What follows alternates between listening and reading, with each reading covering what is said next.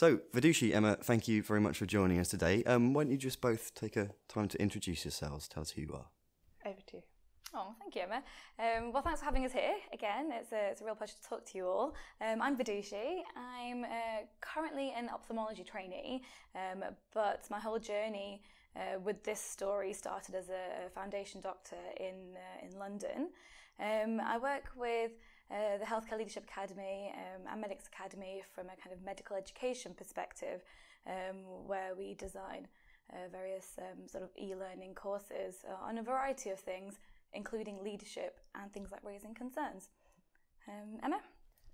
So my name is Emma Cox. I'm an emergency medicine trainee, but also the Chief Product Officer at Medics Academy, which provides technology-enhanced learning solutions into the NHS. Great, okay, thank you. Tell us about the problem you encountered when you were working. So this takes me back a bit to F1. We'd just started work, and on the general surgery rota, which included kind of orthopaedics and intensive care as well, we noticed that people were working different hours despite, in theory, doing the same job. We also found that everybody was working way beyond their normal hours. People were coming in early to do bloods before the ward round, despite not being paid for that time. And as everybody knows, you know, all the F1s were leaving late. And so we kind of sought to change that. So basically just to summarise what Emma said, all the doctors were working differently and unfairly despite having the same title and being paid the same. So whether that be a different number of weekend on calls or long day shifts, or even just working beyond their hours, which we all understand is required at times, but the essence in which it was happening was just a bit too often and not fair. And that's not the kind of work environment that we thought was productive to the best patient safety either. So that's why I wanted to really step up. Yeah. So how did you first raise concerns? I mean, obviously it seems like the issue was known, but what did you do to bring it to people's attention? So it's quite interesting you say the issue was known. When we spoke to our the F2s who had just left the department, they were very much like, yeah, it's always like that, so just get on with it. And that did surprise us, didn't it? I remember speaking to the Guardian of Safe Working Hours, and she said, oh, everyone's known, even all the head of departments have known that it's always been unfair, but that's just the way it is, and no one wanted to change it or do anything about it. Yeah, so that was definitely an opportunity in disguise to have at least noticed that everyone had acknowledged the problem, but there was no solution. So that's where we just decided to take initiative. So in terms of how did we raise it, I think the first step was taking initiative to find out more about the problem and then come up with what we thought would be better solutions. And the first way we did that was talk to our colleagues and our peers, finding out from them what they felt. A lot of them weren't actually aware of the issue in the first place. So to backtrack, because with it being your first few months at work, people have different things on their mind. But yeah, the more we talked about it, the more the kind of momentum built up. And then Emma and I decided to, I think, collect evidence and data first before approaching the sort of key stakeholders, which I can sort of talk about in a bit. But definitely, in terms of how to raise it, speak to your peers, collect that evidence and data, and then approach the right people. That's what I'd say. And that's what we did. We really just looked at the data. So we asked every single F1 on general surgery to send over their work schedule and also their rota. And then we just matched them up. And we found that the variation in terms of rostered hours was 4 hours per week between different people doing the same job, which actually adds up to quite a lot, you know, an extra half day a week. And we also looked at kind of payment as part of that. And we found that everybody on the rota was down to work far more hours than they were actually being paid to work. And people weren't being paid for annual leave and things like that. And we were really shocked by that. I think we expected to find a small difference, but not something quite so large. Yeah. And we put that together in a spreadsheet and basically took it to the Guardian of Safe Working Hours and the Junior Doctors Forum. And yeah, took it from there. Yeah, just to add to that very quickly, to put that all into context, for anybody who doesn't know, the two key documents here are your work schedule and your rota. So the work schedule it's quite a new document from the junior doctor contract that came out in 2016. So it's all quite new to HR teams, even to medical staff. But this document outlines like your overall hours and your sort of pay structure. So it doesn't necessarily tell you when you're working, but it does tell you like how many of each type of shift. And then from that work schedule, your pay is calculated. Whereas the rota is what everyone is much more familiar with. It's a sort of Excel document that just tells you when each person in the department is working each shift. So you would think that they're correlated, but it comes down to the fact that they're unfortunately not always, correctly matched up, and that's what Emma was talking about. So the work schedule is made by HR, and the rota was made by the people on the shop floor. And because they didn't match up, people thought that they were being paid for what they were doing when actually it wasn't correct. So it wasn't malicious, but it just was a lack of understanding. Yeah. So with that discrepancy in place, I mean, what was the solution that you brought to people? Because it sounds like rather than just raising an issue and saying there is a problem, you've done a lot of work to present a solution first. Is that right? Yeah. I love a good spreadsheet. And what I did basically was model out different options in terms of standardising the rota. So we lengthened some of the days. So post-take, for instance, didn't actually exist on the rota as a shift. And it was notorious that if you're on post-take, you were leaving way later than everybody else. So we thought this was a big omission. So we added that in as a slightly longer day. We adjusted the day length so that you were paid for doing the bloods earlier before the ward round.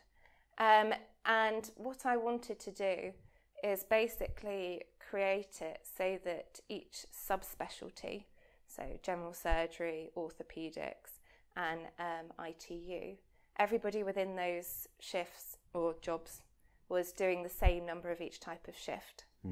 And so I basically made a kind of model with the different options for the shift lengths and took that to the other F1s and said, how should we tweak this? What do you think? Do you prefer this one? And there were some changes through that, people saying, actually we could come in a bit later then, or we could leave a bit earlier then because of the cover.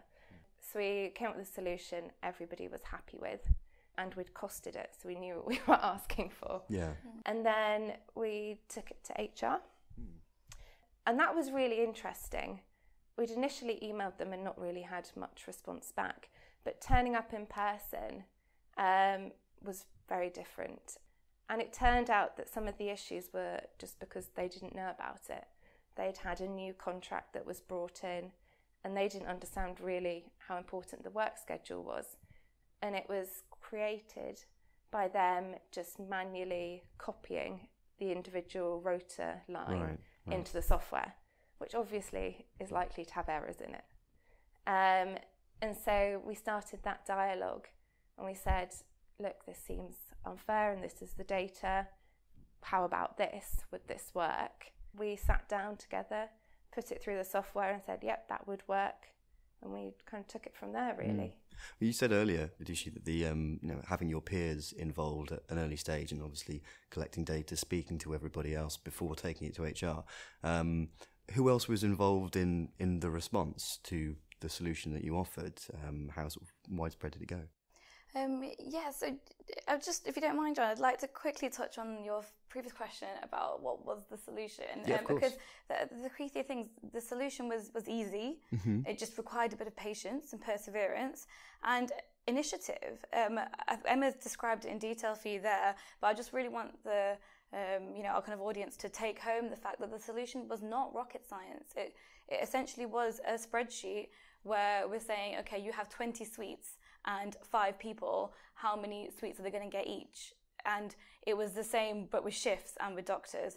So I just really want to be very clear that The solution did involve, yes, learning about, you know, the new regulations in the contract and some new software and various things, but it's definitely possible for anyone to come up with a solution. And the essence of it was just simple common sense. I think the reason why we gained so much traction and results was because we were taking initiative and we're sort of persevering with things. So that was my answer to the solution question, to sort of go with Emma's. Yeah. You just mentioned there about who else was involved. So it's quite interesting. In any kind of team, everyone's got their own priorities and agendas. And that's just naturally how the team will work really well. So obviously, us as doctors, we wanted to have things fair and safe and get paid correctly. The HR and admin staff were thinking more of funding from the whole hospital perspective and wanted to do things in the most cost-effective way there. We had our sort of supervisors and heads of department that needed to make sure patient safety was overall maintained. So with everybody's input, it's the best way to come up with a solution that takes care of all these issues together. Yes. I think it's quite hard for one person, no matter how open-minded you think you are, to really consciously be aware of all these factors. It's just natural.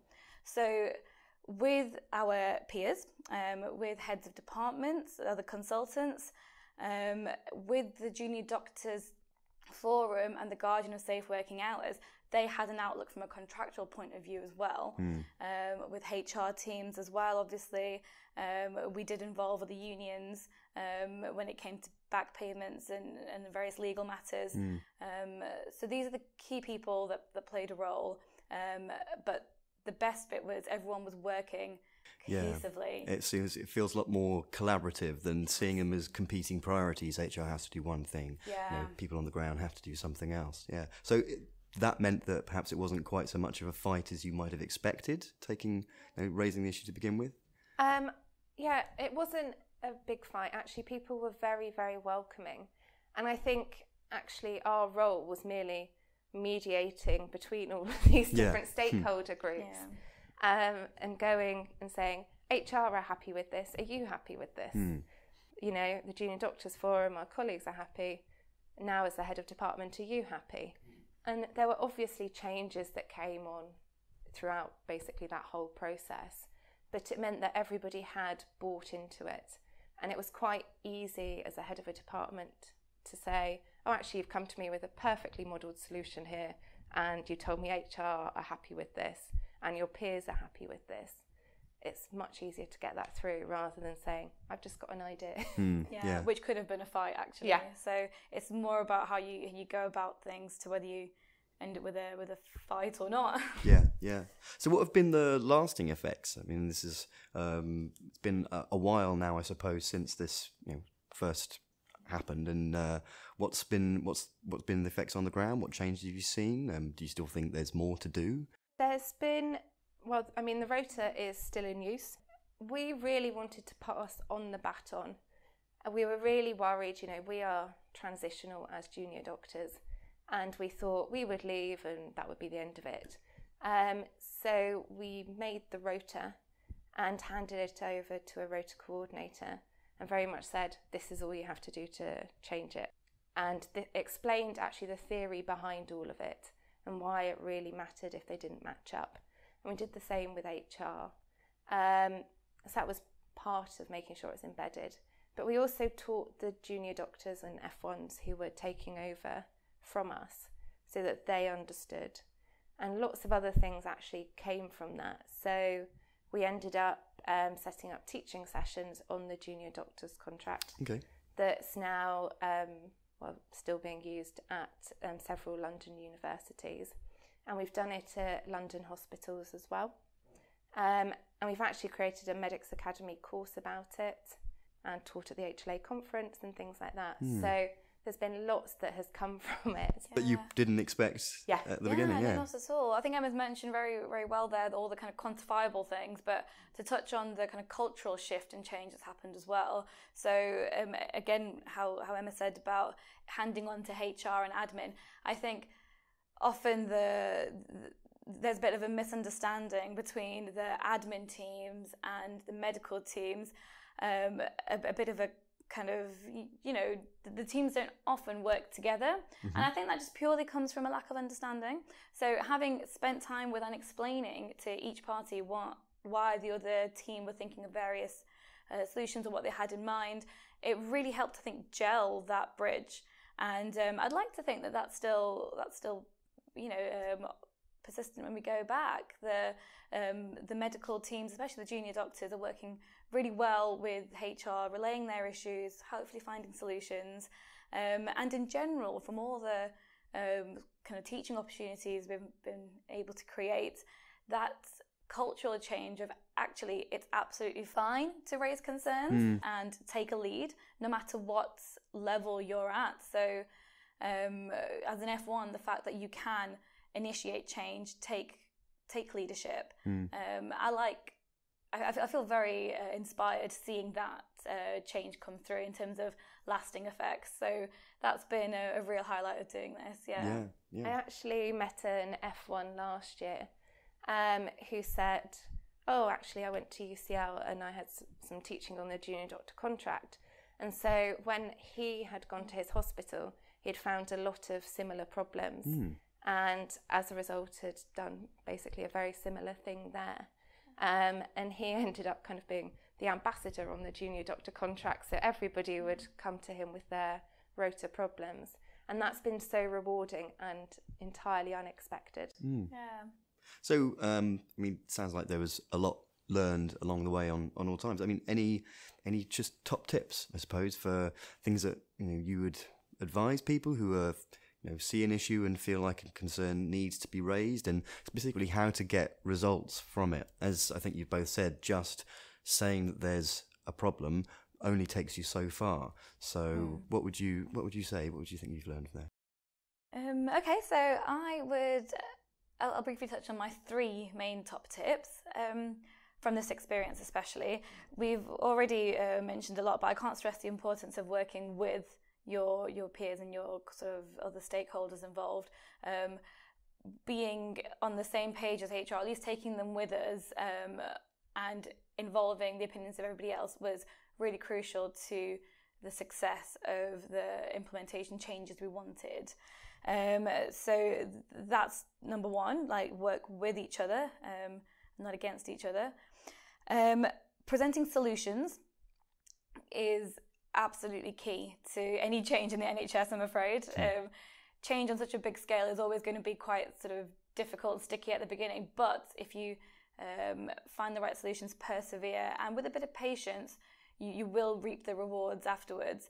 So I would really like to stress that highlighting a problem is important, but processing that and coming up with viable solutions and then presenting them to even your colleagues, not just to to the hierarchy, is the way to really lead without a title, especially. And I think taking initiative would be my 3rd tip, especially in the medical profession, on a busy kind of hospital floor. You can often get caught up in various other things, but if you've come across an issue, you are the best person to take initiative and find a solution. So with that privilege and that point of view in mind, that I'm the one facing this problem, so I'm the best one to come up with the solution, I'd really recommend people to never underestimate themselves and just take that initiative and persevere with it. So they'd be my top 3 tips, I think. Emma, what about you? Just to add on from that, I think one thing is about thinking how to sell your solution, and it is different depending on who you're talking to. So if it's someone with a finance hat on saying, actually, this is how much it's going to cost, it's not much of an increase, or actually it was less money than the old contract, so that was an in. And to HR saying, look, this is a standardised solution, it's easy for you. And for your peers saying you could be paid for this time. And with heads of department, it was you'll get better clinical cover and a happier workforce. So that was really useful. I think also speaking to people in person, it could have been very different just emailing HR and, you know, who am I as an F1 saying, actually, this is all wrong.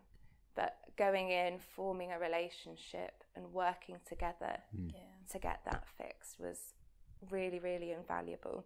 And I think my third one would be know your stuff. So we actually both went away and read the junior doctor contract in full, because we did not want to propose solutions that actually someone would turn around and say, this doesn't work.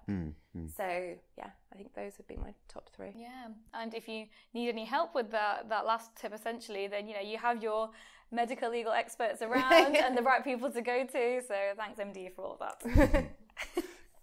Fantastic. Well, Vidushi, Emma, thanks very much for joining us. Thank you for having us. Thank you. Thanks so much. Remember, there's more guidance and advice available on our website and via the MDU app. If you're a member and need specific advice relating to your own circumstances, you can always call our medico-legal helpline, where advisors are on hand to offer support whenever you need it. Thanks for listening.